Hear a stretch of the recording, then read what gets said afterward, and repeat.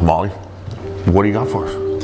Today we're going to be making pad thai with chicken because we're going to get some nice nutrients, and this is going to be a keto meal, so this is going to be no carbs. So for those days that you're doing body parts that you're not wanting to bulk as much, it's good to do some of the keto type meals, and so this is one of those options. Let's see, obviously keto meaning no carbs. Does that mean it has added fat or just that it is a protein and fat only meal?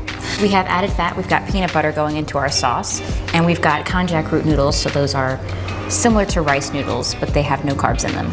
So we're gonna go ahead and get started with our chicken pad thai. So we're gonna start with a little bit of coconut oil spray for cooking. Coconut oil has a little bit of a higher heat threshold than olive oil does, so that's a nice advantage there.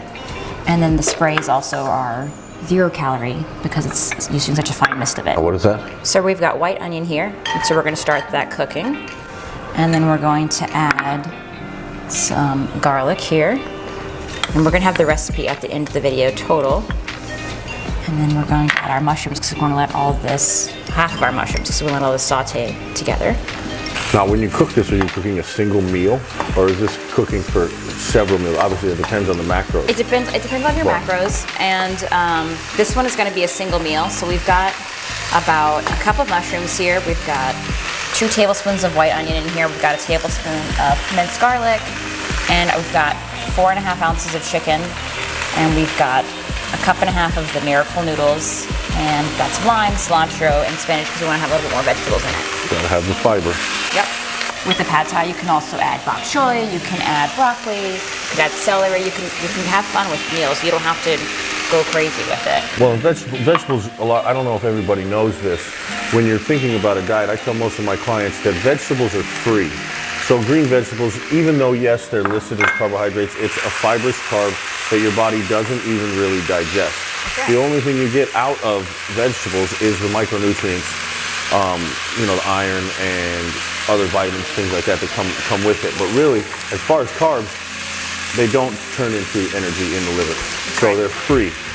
With the exception of carrots, I believe they're close enough to sweet potatoes, have some sugar in there, and I don't count those. But any green veggie, like Molly says, add it in.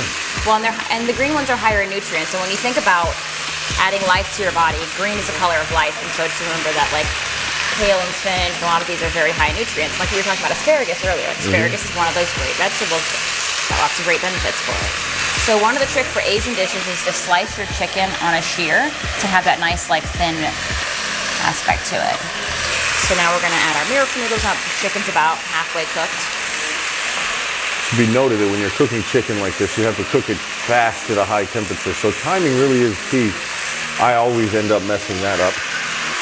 And then you have either dry chicken or soggy vegetables, all of which can be avoided by knowing how to cook. Well, and when you cook it on high, the advantage too is that it'll sear the outside and hold the juice on the inside. So that's part of how. Along with the nutrients in the vegetables, the longer you cook vegetables, the less those micronutrients are going to still be there. That's right. So now we're actually almost done. It's pretty quick. So we're gonna. That's nice. What has this been, about 5 minutes? I always think about that, how long it takes to actually make a meal, because it does definitely make it better if you're on a diet to stop and cook a meal. Like it's special to have a meal that was fresh cooked and hot. But a lot of times we don't have that kind of time. So having something like this that you can do in 5 minutes, if of course you put everything in these nice little bowls, you know, that's a great way to do it. Yeah, and it makes it so much more enjoyable to, like, enjoy your food. So now we're gonna add some of our sauces. We've got 2 tablespoons of pad thai sauce. And you can get low calorie versions. There's lots of different options out there for pad thai sauce. We're gonna use low sodium soy sauce because that's gonna be a little bit healthier for you to have a little bit less salt in your system. So we're just gonna do a splash of that. And then we're gonna do about a teaspoon of fish sauce. And that just adds a little bit more flavor to it. And you can skip some of these ingredients depending on your macros and like your sugar and those kinds of things. It's not gonna make that big of a difference.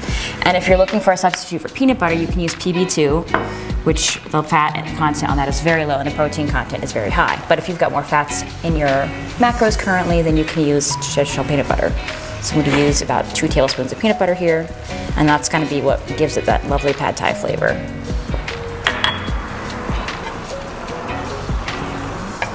If you can bodybuild on this meal, you're doing pretty good. I am.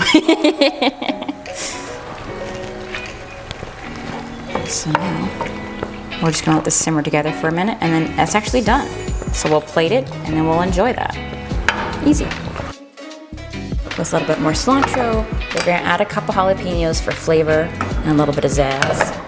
And then the trick with jalapenos, most people don't know, is if you remove the seeds, which has the oil, that makes it less spicy.